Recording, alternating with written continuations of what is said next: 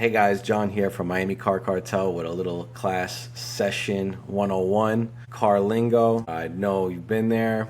You might be watching this. You just came from a car show, or you hear your boyfriend talking to his friends or on the phone, and you're like, what the heck is they talking about? Is this a show or a bakery? You got people talking about cream puff, bagged, all this different stuff. You want to know, and you want to be down. I got your back. All right, let's first go with the OG. By the way, these have been around for a while. I don't even remember who I learned these from, but that's good because they're basically picked up and they're learned. And when you're around that car scene or niche, it kind of becomes part of your lingo and your language. Let's start with your first car, the OG car, and that's probably your beater car. Now, if you have a race car, it's a good idea to have a beater car. Your beater car is basically your daily.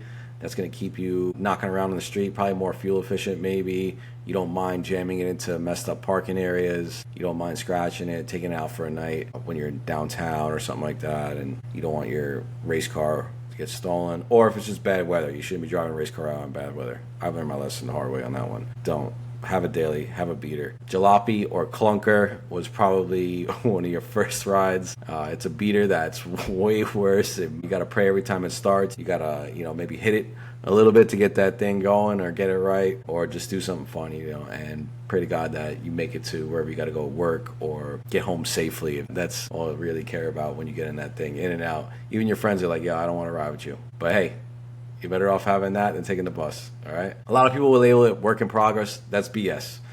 Just get a real project car or get something else. If you got a jalopy, maybe switch over. Check it out. That brings us to looks and condition. I mean, if you got a clean looking car, fire looking car, it's super clean. It's going to be mint, not a single scratch. It's going to be polished to the nines. Tires, wheels, everything is probably going to have ceramic coat on it. It's probably going to have some fire tints. The owner is probably going to be very clean as well, very meticulous. On the not so good side of looks, you're going to hear terms like 10-footer. She's a 10-footer. Basically, from 10 feet away, everything's all good until you start getting up close. And then if you're an owner, you're probably more self-conscious about it. It's probably got a scratch. You're like, oh, look at this. Look, it's like probably blemishes on your face pretty much. You can go on forever. Oh, look at this little thing falling off. Or, oh, I hate this little rough patch area. Or just the straight up, duct tape holding your bumper on. If you hear something like a cream puff, that basically means that's grandma or Nona's car that was sitting in the drive or garage or your barnyard find, basically sitting, collecting dust. No one's using it. It's kept in immaculate condition because it's inside and it's probably got like 15,000 miles on it. And those are very rare to come across, but when you do, it's kind of a unicorn. People love it. We all do. I got a ton for suspension. If you hear lifted, bagged, coilovers, stance, camber, all these are just talking to suspension, the style you like. Once again, different genres, different niche. That brings us to racing and JDM. JDM racing, that JDM is Japanese domestic market. Anything from Skyline, Supras, Hondas, RX-7s, Mazdas. If you know, you know. It could be anything that's Japanese. It doesn't have to be like a specific Civics, Mazda. They all have their own little quirky terms also. Honda, bubble, hatch, swirly wheels, GSR wheels, VTEC, Dizzy. They got their own name for distributor. I don't know. I only heard that from the Honda guys, honestly. I don't know how popular it is. If you got a track car, it's going to be a little bit different. It's going to probably have no seats, probably no air conditioning. Probably going to be deleting a bunch of stuff. Probably these guys delete power steering. They delete, whatever it takes to get that thing light, fast, and then you're probably going to see some wild mods to it. Boosted is basically a term that you would definitely hear after turbocharged, supercharged, procharged. Any charger is going to relate under the category boosted. Nitrous is also another one. Spray, bottle, you're going to hear stuff like that. You might not see these things. They might be hidden.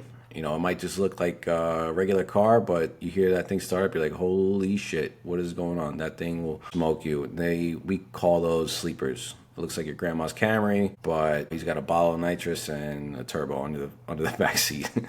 Easy lesson if you want to get smoked at a light. You got gapped. That's like you got gapped, by a car or two. It could be gapped by a car. It could be gapped by a bus. Could be gapped by a train, depending on how bad you lost.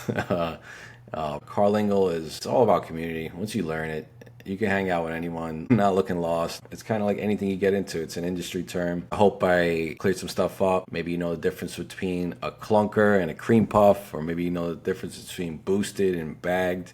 whatever it is. I hope I helped you out. I hope you helped with the journey. Just your favorite car lingo in the comments. Drop a comment. Any of them I missed, I'm sure there's a ton of them.